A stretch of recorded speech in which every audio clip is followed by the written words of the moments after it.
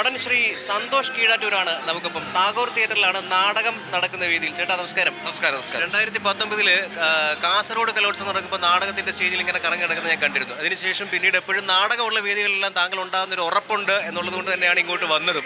ഇവിടെ നാടകത്തെ പറ്റി ചോദിച്ചപ്പോൾ തട്ടിക്കയറുന്നുണ്ട്. എന്തായിരുന്നു പ്രശ്നം? അല്ല, പ്രശ്നമല്ല.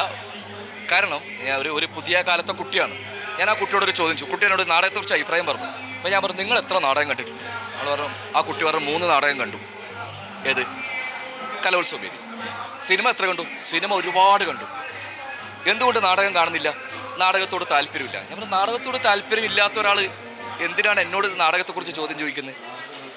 കാരണം നാടകം എന്ന് പറയുന്നൊരു കല കൃത്യമായിട്ട് നമ്മുടെ സംസ്ഥാനത്ത്, ലോകത്തിൽ തന്നെ ഇത്രയും പ്രായപൂർത്തിയായ കല ഇല്ല.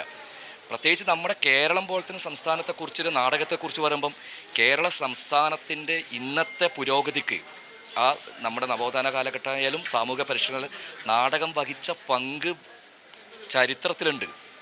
മനസ്സിലായില്ല? അപ്പോൾ അതുകൊണ്ട് തന്നെ നാടകം എന്ന് പറയുന്ന കലയെ അങ്ങനെ കൊച്ചാക്കി കാണേണ്ടതല്ല.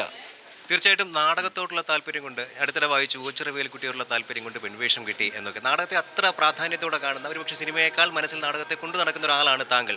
സാധാരണ മനുഷ്യരെ സംബന്ധിച്ചിടത്തോളം നാടകത്തോട് വലിയ താല്പര്യമില്ല, സിനിമ ഒരുപാട് കാണും എന്ന തരത്തിൽ മാറിപ്പോകുന്ന തരത്തിൽ ഒരു സാമൂഹ്യ മാറ്റം ഈ നാടകത്തിൻ്റെ കാര്യത്തിൽ ഒരു പുറകോട്ടടിക്കൽ ഉണ്ടായിട്ടുണ്ടോ? അതിൻ്റെ പ്രധാന കാരണക്കാരൻ നിങ്ങളാണ്. നിങ്ങൾക്കൊട്ടും നിങ്ങൾ ഈ കലോത്സവം, എല്ലാ കലോത്സവം നടക്കുമ്പോഴും ഇവിടുത്തെ ഈ കുട്ടികളുടെ നാടകങ്ങൾക്ക് കൊടുക്കുന്ന മറ്റ് വലിയ നൃത്ത ഇനങ്ങൾക്ക് കൊടുക്കുന്നതിൻ്റെ ഒരു 5% പോലും ഇവിടെ അവതരിപ്പിക്കുന്ന ഓരോ നാടകങ്ങൾ നിങ്ങൾ മനസ്സിലാക്കേണ്ടത്. ഞാൻ ഇപ്പോൾ ഒരു നാടകമേ കണ്ടുള്ളൂ.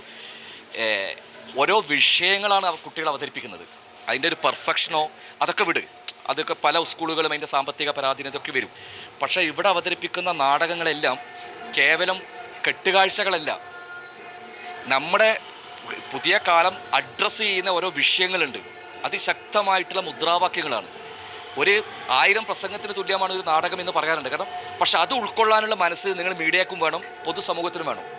ഞാൻ എപ്പോഴും പറയുന്നുണ്ട്, കുട്ടികളുടെ നാടകം എന്ന് പറഞ്ഞാൽ അവരുടെ അഭിനയമോ അത് രണ്ടാമതാണ്. പക്ഷെ കുട്ടികൾ ഉയർത്തിവിടുന്ന വിഷയങ്ങൾ ഭയങ്കരമാണ്. അത് ചെറുതല്ല. ഈ അടുത്ത കാലം ഒരുപക്ഷെ നിങ്ങൾ എല്ലാ നാടകങ്ങളും കാണുകയാണെങ്കിൽ പോലും ഈ അടുത്ത കാലത്ത് അത്രയും വലിയ പ്രസംഗങ്ങളോ നമ്മൾ പ്രതീക്ഷിക്കുന്ന രാഷ്ട്രീയ പാർട്ടികൾ പോലും ഇത്രയും വലിയ വിഷയങ്ങൾ പൊതുവേദിയിൽ വെച്ചിട്ട് സംസാരിക്കില്ല. അത് വളരെ കൃത്യമായിട്ട് പറയുന്നത് നാടകവേദിയിൽ മാത്രമാണ്. വേറെ നിങ്ങളുടെ ഈ കലോത്സവ വേദിയിൽ ബാക്കിയൊക്കെ കാണാൻ ഭയങ്കര ഭംഗിയുണ്ടാവും. ഞാൻ എല്ലാത്തിനെയും ബഹുമാനിക്കുന്ന ഒരാളാണ്. ഇനി അതിനെക്കുറിച്ചൊന്നും പറയണ്ട. സിനിമയും നാടകവും നൃത്തവും പെയിൻറ്റിങ്ങും ഒക്കെ. പക്ഷേ നാടകത്തിൻ്റെ ഒരു സംഘകല എന്ന് പറയുന്നത്, പിന്നെ ഇവിടെ ഏറ്റവും വലിയ സന്തോഷം, ഇവിടെ പണക്കൊഴുപ്പില്ല, പേരൻസിൻ്റെ അടിയില്ല, ഒന്നുമില്ല.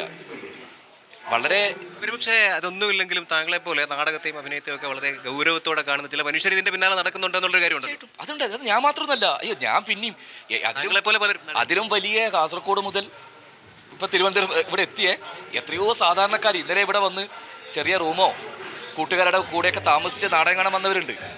പക്ഷേ നിങ്ങൾ നൃത്ത ഇനം നടക്കുന്നിടത്ത് പോയി കഴിഞ്ഞാൽ ഇങ്ങനൊരു സമൂഹത്തെ കാണാൻ പറ്റില്ല. കാരണം ഈ ഒരു വർഷം 3 ദിവസം ഇവിടെ താമസിച്ച് ചെലവ് ചെയ്ത് നാടകങ്ങൾ കാണാൻ വന്ന എത്രയോ പേരുണ്ട്. അതെന്ന് വെച്ചാൽ അത് ഇതന്നെയാണ്. അത് സമൂഹത്തോടുള്ളൊരു പ്രതിബദ്ധതയാണ്.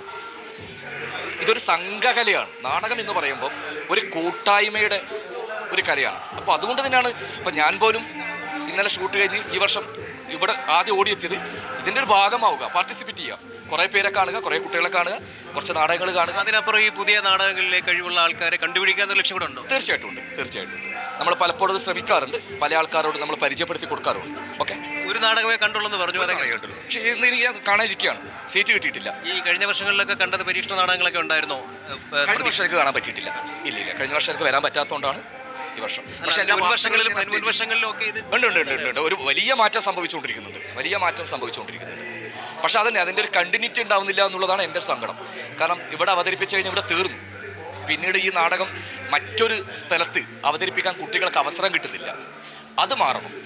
അറ്റ്ലീസ്റ്റ് തിരഞ്ഞെടുക്കപ്പെടുന്ന ഓരോ ജില്ലയിലും സ്കൂളുകളിൽ ഈ നാടകം അവതരിപ്പിച്ച്, അതാണ് ഞാൻ പറഞ്ഞത്, അത് കുട്ടികൾ സംസാരിക്കുന്ന വിഷയം എന്താണ് അത്. ഇപ്പം നമ്മൾ പറയുന്നുണ്ടല്ലോ, ഇപ്പം കുട്ടികൾക്കിടയിൽ പടർന്നു പിടിക്കുന്ന ലഹരി, ഇതൊക്കെ ലഹരിയുടെ ഉപയോഗത്തെക്കുറിച്ചൊക്കെ നമ്മൾ അതിനെതിരെ നമ്മൾ കോടിക്കണക്കിന് രൂപ നമ്മൾ ചെലവിടുന്നുണ്ട് മറ്റ് പല പരസ്യങ്ങളിലൂടെയും ബോധവൽക്കരണ പരിപാടി. നമ്മൾ അതിൻ്റെ ആവശ്യമൊന്നുമില്ല. കുറച്ച് പൈസ എല്ലാ സ്കൂളും കൊടുത്തു കഴിഞ്ഞാൽ ഒരു 2 മാസമോ 3 മാസമോ കുട്ടികളുടെ ക്യാമ്പ് ചെയ്യുമ്പോൾ തന്നെ കുട്ടികൾക്ക് ഈ ഒരു ദുശീലമുള്ള കുട്ടികളെയൊക്കെ പിടിക്കുക, കുട്ടികളെ പിടിച്ചിട്ട് നാടക ക്യാമ്പിൽ കൊണ്ടിടുക, അവരെ നാടകം പഠിപ്പിക്കുക. എന്താ അറിയോ, പിന്നെ അവരെ കഥാപാത്രമായി മാറും. പിന്നെ അവർക്ക് ഊണിനും ഉറക്കില്ല, ആ ചിന്ത മാത്രമായിട്ട് നമ്മൾ എൻഗേജ് ആയിരിക്കണം. ഇങ്ങനെ പോകുന്ന പല കുട്ടികൾക്കും സംഭവിക്കുന്ന എന്താണ്, യഥാർത്ഥത്തിൽ അവർ എൻഗേജ് ആവുന്നില്ല, വീട്ടിൽ ഒറ്റപ്പെട്ടു പോകുന്നു. അല്ല, അവർ മറ്റൊരു ഇതിലേക്ക്, പണ്ടത്തെ പോലെ അല്ലല്ലോ. പണ്ട് നമ്മൾ സ്കൂൾ വിട്ട് കഴിഞ്ഞാൽ പിന്നെ ഉള്ള മാവിൽ മാങ്ങി എറിയും, ഉള്ള പുളിമരത്തിൽ കയറ്റി പുളി പറിക്കും, കുളത്ത് പോയിട്ട് കുളിക്കും, തോട്ടിൽ പോയിട്ട് ചൂണ്ടിയിടും, മീൻ പിടിക്കും. നമുക്ക് അത് പണ്ടത്തെ കാലം പുതിയ കാലം, പണ്ടത്തെ കാലം നല്ലതെന്ന് പറഞ്ഞുകൊണ്ടൊന്നും അർത്ഥമൊന്നുമില്ല. പണ്ട് നമുക്ക് ഒരുപാട് ആക്ടിവിറ്റീസ് ഉണ്ടായിരുന്നു. ഗ്രാമീണ വായനശാലകൾ ഉണ്ടായിരുന്നു, ക്ലബ്ബ് ഉണ്ടായിരുന്നു, മറ്റ് പല കുറേ കുട്ടികളുടെ ബാലസംഘം, ബാലജനസഖ്യം, എന്താണ് സ്റ്റഡി സർക്കിള്, ഇങ്ങനെ കുറേ എല്ലാം കേട്ടോ. ഇതിലൊക്കെ കുട്ടികൾ ആക്റ്റീവാവും. ഇന്നത്തെ കാലത്ത് പുതിയ സ്കൂള്, വീട് സ്കൂള്, പേരൻസ് പോലും പുറത്തു വിടില്ല. അപ്പോൾ എന്ത്, ഈ കുട്ടികൾ സ്വാഭാവികമായിട്ടും ഈ ഒരു എൻഗേജ്മെൻറ്റും ഇല്ലാത്ത കുട്ടികൾ അറിയാതെ വീണു. നമ്മൾ അവരെ കുറ്റപ്പെടുത്തുന്നതിന് പകരം അവരെ കണ്ടെത്തിയിട്ട്, ഞാൻ പറഞ്ഞ അവർക്ക് ഏറ്റവും കൊടുക്കാൻ പറ്റുന്ന ഒരു നല്ലൊരു എക്സസൈസും അവരെ മാനസികമായിട്ട് അവരെ ഇതിൽ നിന്നും പിന്തിരിപ്പിക്കാൻ പറ്റുന്നത് നിങ്ങൾ ഒരു പരീക്ഷ അടിസ്ഥാനത്തിൽ ചെയ്യും. അങ്ങനെയുള്ള പിടിച്ചിട്ട്. Thank you Shri Santhosh Keezhattoor. ഈ സംഭാഷണത്തിൻ്റെ ആകത്തുക സ്കൂൾ നാടകങ്ങൾ കെട്ടുകാഴ്ചകളല്ല, വളരെ ഗൗരവമുള്ള ജീവിതം പ്രമേയമായി ചർച്ച ചെയ്യുന്നവയാണ്. വളരെ ഗൗരവത്തോടെ കാണുകയും വേണം.